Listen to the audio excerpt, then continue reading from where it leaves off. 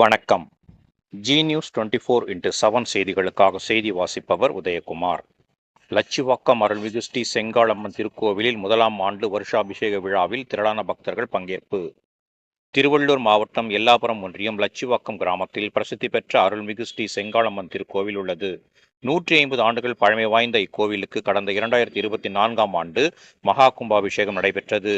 இந்நிலையில் இன்று வருஷாபிஷேக நவகலச அபிஷேக விழா நடைபெற்றது.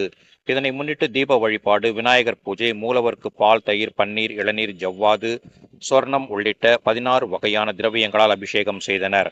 இதன் பின்னர் திரவியாதி ஹோமம், மகா பூர்ணாகுதி, யாத்ரா தானம் உள்ளிட்டவை நடைபெற்றது. பின்னர் மங்கள வாத்தியம், கைலாய வாத்தியம் முழங்க வான வேடிக்கையுடன் புனித நீர் அடங்கிய கலசம் பிரகார புறப்பாடு நடைபெற்றது.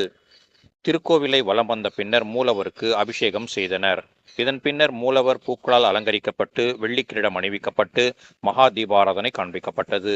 பின்னர் பக்தர்களுக்கு தீர்த்தம், பிரசாதம் உள்ளிட்டவை வழங்கப்பட்டது. திருக்கோவில் வளாகத்தில் அனைத்து பக்தர்களுக்கும் அறுசுவை உணவு, அன்னதானம் வழங்கப்பட்டது. இந்நிகழ்ச்சியில் எல்லாபுரம் வடக்கு ஒன்றிய திமுக செயலாளர் PJ மூர்த்தி, ஏனம்பாக்கம் சம்பத், வக்கீல்கள் சீனிவாசன், முனுசாமி, வடமதுரை அப்புன் உள்ளிட்ட ஏராளமானோர் கலந்து கொண்டு சாமி தரிசனம் செய்தனர்.